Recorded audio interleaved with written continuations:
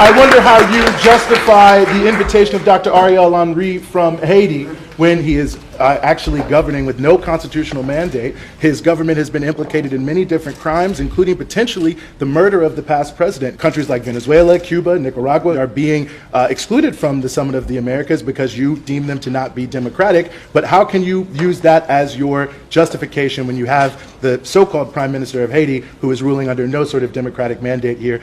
Yeah, we, like many other countries, are determined to get to the facts of what happened in Haiti, including the assassination of the previous Prime Minister. We're determined to find the facts wherever they lead and to whomever they lead.